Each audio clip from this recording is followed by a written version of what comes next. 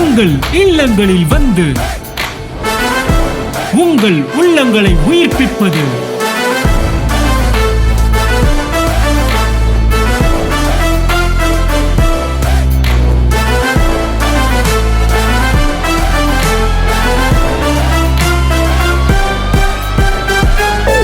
உங்கள் channel DJ.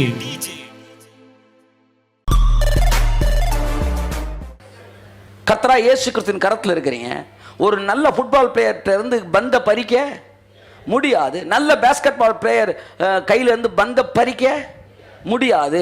இந்த basket பால் பிளேயர்கிட்ட இருந்தே பந்த பறிக்க முடியாட்டி, இந்த ஃபுட்பால் பிளேயர் கையில் காலில் இருந்தே பந்தை எடுக்க முடியாட்டி, சர்வ வல்லமை பொருந்திய கர்த்தராகிய இயேசு கிறிஸ்துவின் கரத்திலிருந்து உங்களை யார் பறிக்க முடியும் என்று நான் கேட்கிறேன்.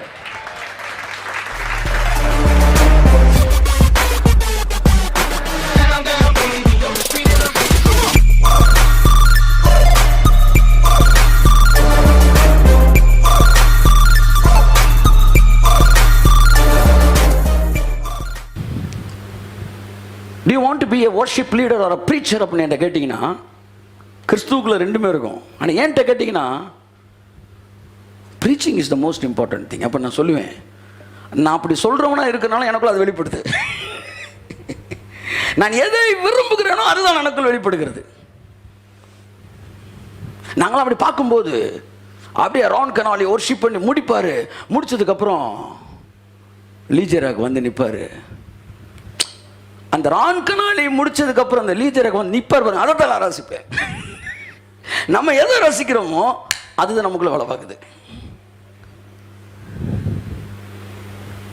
When you admire Ron Canali, you'll become a worship leader. When you admire Lee Jerak, you'll become a preacher.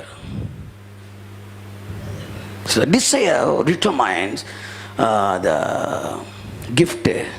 அதான் பைபிள் சொல்லுது, ஞான வரங்களை விரும்புங்கள்ன்றான். எதுக்கு சார் விரும்பணும்? நீ விரும்புறதான் உனக்கு கிடைக்கும்ன்றான். கையை தட்டு.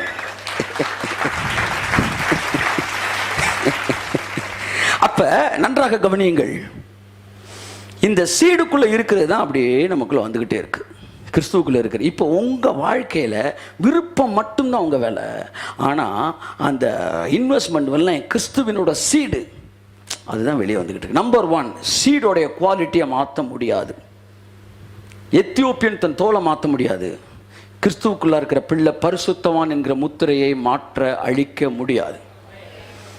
கேட்க காதுள்ளவன் கேட்க கடவன். ஆமென்.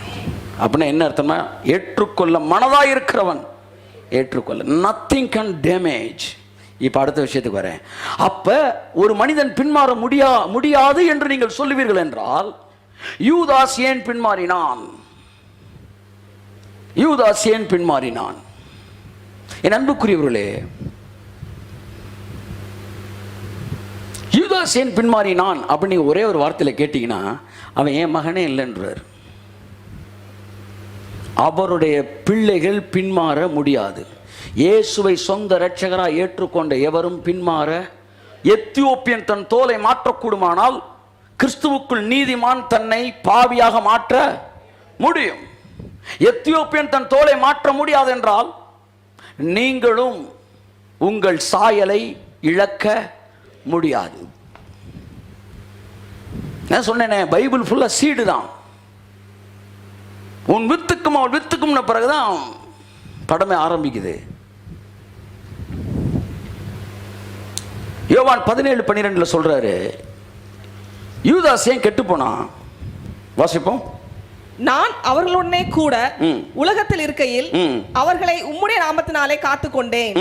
நீர் எனக்கு தந்தவர்களை காத்து கொண்டு வந்தேன். நீர் எனக்கு தந்தவர்களை நான் காத்து கொண்டு வந்தேன். வேத வாக்கியம் நிறைவேறத்தக்கதாக, வேத வாக்கியம் நிறைவேறத்தக்கதாக. கேட்டின் மகன் கெட்டு போனானே அல்ல. கேட்டின் மகன் என்கிற வார்த்தை இங்கே பயன்படுத்துகிறார். மகன் என்றால் சீடு. சீடு. யூதாஸ் ஏன் கெட்டு போனான்னா, seed. seed. It is not God's seed. கையை தட்டுங்க. அப்படின்னா என்ன அர்த்தம்? ஏன் சீடு ஒண்ணு கெட்டு போகாதுன்னு அர்த்தம். அல்லேலூயா சொல்லுங்க. கேட்டின் மகனாகிய யூதாஸ், யூதாஸ்னு வராது, கேட்டின் மகனே, கேட்டின் மகன் கெட்டு போனானே அல்லாமல் அவர்களில் ஒருவனும் கெட்டு போகவில்லை. ஐயா கையை தட்டுங்க. நம்ம கெட்டு போக முடியாது சார். என் கரத்திலிருந்து ஒருவனும் உங்களை பறித்து கொள்ள முடியாதுன்றாரு. நீங்க யார் கரத்தில் இருக்கிறீங்க சொல்லுங்க. கர்த்தரா இயேசு கிறிஸ்துவின் கரத்தில் இருக்கிறீங்க. ஒரு நல்ல ஃபுட்பால் பிளேயர்கிட்ட இருந்து பந்த பறிக்க முடியாது. நல்ல பேஸ்கெட் பால் பிளேயர் கையில இருந்து பந்த பறிக்க முடியாது. இந்த பேஸ்கெட் பால் பிளேயர்கிட்ட இருந்தே பந்த பறிக்க முடியாட்டி, இந்த ஃபுட்பால் பிளேயர் கையில் காலில் இருந்தே பந்தை எடுக்க முடியாட்டி, சர்வ வல்லமை பொருந்திய கர்த்தரா இயேசு கிறிஸ்துவின் கரத்திலிருந்து உங்களை யார் பறிக்க முடியும் என்று நான் கேட்கிறேன். ஓ, உங்களுக்குள் இருக்கிற பரிசுத்தத்தை நீ என்ன செஞ்சாலும் உன்னுடைய நீதி மாறாதியா அப்படின்னு நான் சொல்லி கொடுக்கறதுக்கு காரணம், உங்களுக்குள்ள இருக்கிற பரிசுத்தத்தை வெளியே தூக்குறதுக்கு இல்லை, உங்களுக்குள்ள இருக்கிற பயத்தை வெளியே தூக்குறதுக்கு. கேட்கிற விதத்தை குறித்து ஜாக்கிரதையாயிருங்கள். நீ என்ன வேணாலும் செய்யலான்னு உங்களுக்கு சொல்லி கொடுக்கல. நீங்க எதை செஞ்சாலும் அல்லது நீங்கள் என்ன வேணாலும் செய்யலாம்னு உங்களுக்கு சொல்லிக் கொடுக்கல, சொல்லிக் கொடுக்குறக்காண்டி சொல்லலை. நீ எதை செஞ்சாலும் பயத்தோட செய்ய வேண்டிய அவசியம் இல்லைன்னு சொல்லிக் கொடுக்க விரும்புகிறேன். உங்களுக்குள் இருக்கிற பொறுப்புணர்ச்சியை தூக்கி எறிவதற்கு நான் சொல்லி தரவில்லை. தேவன் சொல்லலை. கிருபை பொறுப்புணர்ச்சியை தூக்கி எறியல, கிருபை பயத்தை தூக்கி எறியுது.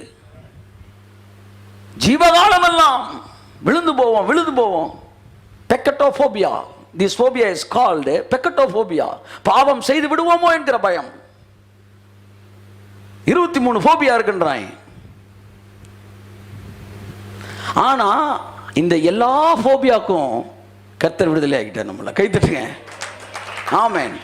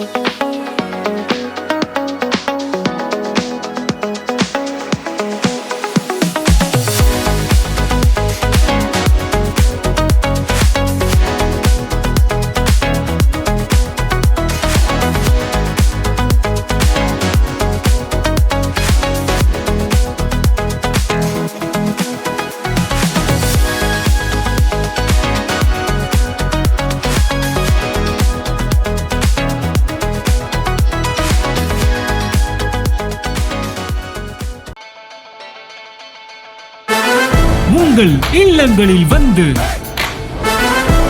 உங்கள் உள்ளங்களை உயிர்ப்பிப்பது